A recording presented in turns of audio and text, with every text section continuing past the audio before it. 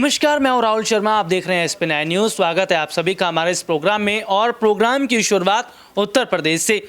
उत्तर प्रदेश में होने वाले निकाय चुनाव को लेकर समाजवादी पार्टी और बीजेपी के बीच तैयारियां जोरों शोरों पर हैं।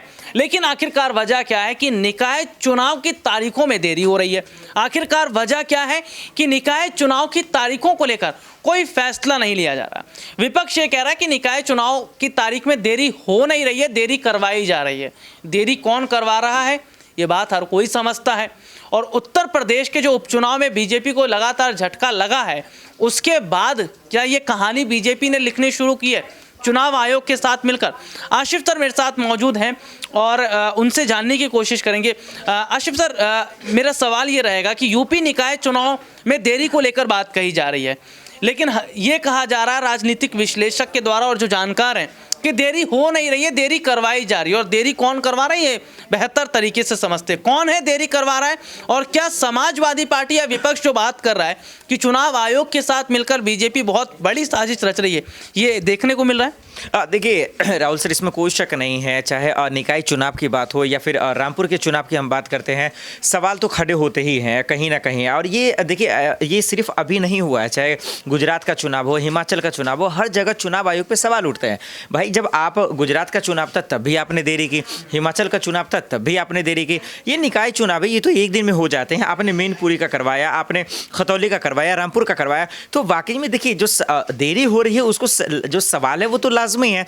अब यहाँ पे देखिए, जब MCD का हो रहा था तभी उस वक्त जो है पंजाब जीता तो एक अलग जोश जुनून था अरविंद केजरीवाल में। कहा भाई MCD का जो दिन है जल्दी करवाओ, लेकिन उसको टाल दिया गया। वजह 100 ठूंस दिया जाता है। तो यही वजह है कि अभी अखिलेश यादव में जोश है, जुनून है। डिंपल के जीतने के बाद निकाय चुनाव का वक्त मुकर्रर था, 16 दिसंबर को होना था, और अब देरी को लेकर अब चर्चाएं होनी शुरू हो गई है। और अगर होता तो इससे नुकसान तो विपक्ष को ही होगा। तो जो सवाल उठ रहे हैं राहुल सर, वो लाजमी है और इसका जवाबदेही मुझे लगता है चुनाव आयोग को होना चाहिए। आशिफ सर, एक चीज और मैं पूछना चाहूंगा, और सवाल ये है कि विपक्ष बार बार कभी मतगणना को लेकर, कभी EVM को लेकर जो बात करता रहा है कि धांधली होती है, अब तो चुनाव की तारीखों को में भी धांधली की बात कर रही है। विपक्ष जो बात आज अगर कर रहा है तो वो बहुत बड़े हद तक ठीक है। हाँ बिल्कुल, देखिए इसमें गलत नहीं है। देखिए राहुल सर, आपके पास भी वीडियोस हैं, हमारे पास भी वीडियोस हैं और बहुत सारे नेट पे वीडियो अवेलेबल है सोशल मीडिया पे। तो जो गड़बड़ी की खबरें आ रही हैं या घोटाले की खबरें आ रही हैं, जिस तरीके से कांग्रेस कभी चुनाव आयोग जा रहा है, कभी डिंपल जो है वीडियो को लेकर सामने आ रही हैं, कभी अखिलेश प्रेस कॉन्फ्रेंस कर रहे हैं। अगर आपको 2022 के विधानसभा चुनाव में याद हो, लगातार प्रेस कॉन्फ्रेंस हो रहे थे, EVM की गाड़ियाँ पकड़ी जा रही थी। तो मुझे नहीं लगता कि विपक्ष कोई गलती कर रहा है और इसका तमाम चीज़ों का जवाबदेही कहीं ना कहीं जो है वो चुनाव आयोग को होना चाहिए। तो जो सवाल उठा रहे हैं वो लाजमी है, इसको दुरुस्त करना चुनाव आयोग का काम है, वक्त पे चुनाव करना उनका काम है। अधिकारियों किसी को जो है भेदभाव न करे हुई उसकी जिम्मेदारी। आपने देखा रामपुर में कैसे बजबते आदमी के वोटर ID देखे जा रहे हैं। भाई मजाक है, ये लोकतंत्र का त्यौहार है जिसमें आप लोगों को आइडेंटिफाई कैसे कर सकते हैं? हमारा संविधान अधिकार देता है। तो देखिए कई ऐसे मूल सवाल है जो बिल्कुल है, और जो विपक्ष उठा रहा है मुझे लग रहा है कि बिल्कुल सही है, कहीं से गलत नहीं है। तो देखिए, आशिफ सर ने जानकारी दी कि भाई आज अगर बात करें तो जिस तरह से पहले EVM को लेकर बात होती थी या मतगणना को लेकर बात होती थी, उसमें धांधली ठीक है, लेकिन चुनाव की तारीखों में भी देरी हो रही है। क्या बीजेपी इतना समाजवादी पार्टी से डर गई है, या फिर अखिलेश यादव की बढ़ती एक्टिवनेस को देखकर आज भाजपा डरी हुई है? क्रांति हमारे साथ जुड़ी हुई है। और क्रांति, यूपी में जो निकाय चुनाव हो रहे हैं उसमें लगातार जो देरी हो रही है, देरी की वजह क्या, और क्या समाजवादी पार्टी की बढ़ती एक्टिवनेस को देखकर या पार्टी का जो उत्तर प्रदेश में बढ़ता ग्राफ है उसको देखकर भाजपा डर गई है? देखिए, उत्तर प्रदेश में समाजवादी पार्टी का जो ग्राफ है वो भी पहले के मुकाबले बढ़ा तो है नहीं। देखिए, अभी सिर्फ हम एक ही जगह पर देख रहे हैं कि बस मैनपुरी में एक जीत दर्ज की, लेकिन उसके अलावा 2 जगहों पर और चुनाव हुए जिसमें रामपुर और खतौली। भले ही ये कहा गया कि वहाँ पर जो है इस तरीके से बातें आई निकल करके कि जबरन जो है पुलिस घरों के अंदर लोगों को बंद कर रही है। आजम खान ने खुद बयान दिया था इस मुद्दे को लेकर के, लेकिन आप देखिए कि वहाँ पर बयानबाजी करने के बावजूद भी यहाँ पर अभी तक इस बात को लेकर के कोई पुष्टि नहीं हुई है। सिर्फ आधिकारिक बयान जो है वो आजम खां की तरफ से आया, लेकिन ऐसा जब अपनी तरफ से इलेक्शन कमीशन ने जांच करने की कोशिश की तो उसमें कुछ भी ऐसा निकल करके नहीं आया। तो देखिए, वहाँ पर ये बात ख़त्म हो जाती है। और दूसरी तरफ ये कि जब भाजपा को हराना अगर इतना ही आसान था तो सिर्फ मैनपुरी की सीट पर ही आपने जीत क्यों हासिल की? उसके अलावा 2 जगह पर और थी, चलिए दोनों जगह पर ना सही, लेकिन एक जगह पर तो जीत हासिल करते। और देखिए, समाजवादी पार्टी का ये ग्राफ रहा है पहले के मुकाबले। पहले वो हमेशा जीतती थी, फिर एकदम से हारने लग गई, फिर चलिए धीरे धीरे करके अपने आप को जो जो है जगाने की कोशिश कर रही है, आगे बढ़ तो रही है, लेकिन देखिए यहाँ पर जो है भाजपा को अभी भी टक्कर देने के लिए उन्हें बहुत मेहनत की ज़रूरत है। और जिसमें सबसे पहली मेहनत उनकी यही लगनी है कि जो जो नेता उनकी पार्टी छोड़ के जा चुके, क्योंकि उनके पास पहले ऐसे प्रबल नेता मौजूद थे जो दावेदारी पेश करते थे और सामने वाले विपक्ष को जो है हरा देते थे। उन नेताओं को भाजपा ने अपने अंडर में कर लिया है। तो देखिए उन नेताओं को वापसी करवाना, उन नेताओं को वापस लेकर के आना, ये समाजवादी पार्टी को सबसे पहले करना पड़ेगा, चाहे परिवार के सदस्य हों या फिर पार्टी के लोग हों। जैसे कि आप देख सकते हैं यहाँ पर जो है शाक्य समाज का वोट बैंक खींचने की कोशिश वो भी उन्हीं के पार्टी के नेता के द्वारा किया जा रहा था।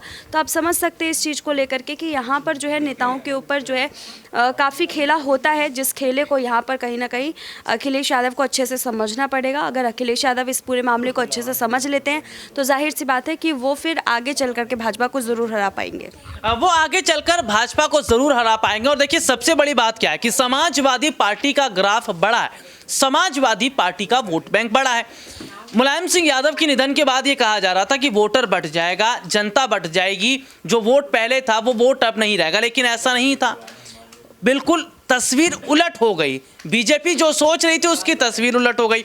और ये जाहिर तौर पर देखने को मिला कि ज़रूरी नहीं है बीजेपी जो सोचती है वही कुर्सी, वही स्थिति देखने को मिले। दरअसल अपने दर्शकों को ये बता देते हैं कि उत्तर प्रदेश में मैनपुरी जीतना समाजवादी पार्टी के लिए कितना ज़रूरी था और ये विरासत बचाकर समाजवादी पार्टी ने क्या बड़ा संदेश दिया। उत्तर प्रदेश में इस वक्त सरकार भाजपा की है, मुख्यमंत्री प्रदेश के योगी आदित्यनाथ हैं, शासन प्रशासन सब आपका है, मुख्यमंत्री आपके हैं, और उसके बावजूद कितनी बड़ी बात है कि प्रदेश के मुख्यमंत्री मैनपुरी जाते हैं, प्रचार प्रसार करते हैं, लेकिन उतना फर्क नहीं पड़ता। मैनपुरी में रघुराज शाक्य जैसे नेता ये कहते हैं मेरी जाति पर बहुत बड़ा एक कुनबा है, मेरा वहाँ के तबके के बीच में बहुत बड़ी लोकप्रियता है, लेकिन वही शाक्य समुदाय जो है उसने वोट समाजवादी पार्टी को कर दिया। ऐसे में पछताने की सिवाय रघुराज शाक्य के पास फिलहाल तो कुछ चीज़ नहीं है, लेकिन हाँ ये ज़रूर है कि समाजवादी पार्टी अब धीरे धीरे आगे बढ़ती नजर आ रही है। अखिलेश यादव इस बात को समझ गए हैं कि जिले दर जिले जाना ज़रूरी पड़ेगा, पार्टी के बीच में, नेताओं के बीच में उठना बैठना ज़रूर पड़ेगा ताकि समाजवादी पार्टी का विस्तार हो। कहानी तो अभी शुरू हुई है और अभी तो लोकसभा बाकी है। उत्तर प्रदेश में लोकसभा की ज़्यादा सीटें निकालने की कोशिश समाजवादी पार्टी कर रही है और वो ये बात जानती है कि अगर मैनपुरी की विरासत को बचा लेते हैं, करहल जैसे चुनाव को जीत रहे हैं, तो जनता कहीं गई नहीं है, वोटर कहीं गया नहीं है। आजम खान के बाद ये कहा जा रहा था भाई मुसलमान तबका निकल जाएगा, मुसलमान वोट बैंक निकल जाएगा, और रामपुर की जो कहानी थी वो हर कोई जानता है। रामपुर के नतीजों को सबने देखा और रामपुर के नतीजों को देखने के बाद इतना तो तय हो गया कि अगर थोड़ी बहुत ऊपर नीचे होता या थोड़ा बहुत सही तरीके से गणना की जाती तो असीम रजा की जीत तय थी, लेकिन आकाश सक्सेना को अचानक से जिस तरह से जितवाया गया उस पर रामपुर की जनता ने भी सवाल खड़ा किया। अब समाजवादी पार्टी का ग्राफ क्या उत्तर प्रदेश में अगर बढ़ रहा है तो भाजपा के पेट में दर्द होने लगा है, और अगर दर्द हो रहा है तो क्या ऐसा तो नहीं है कि अब पुरानी फाइलें खुलनी शुरू हो जाएंगी जैसे चाचा शिवपाल की खुली होगी थी। आज के लिए इतना ही, आपसे फिर दोबारा मुलाकात होगी, तब तक के लिए इजाज़त दीजिए, नमस्कार।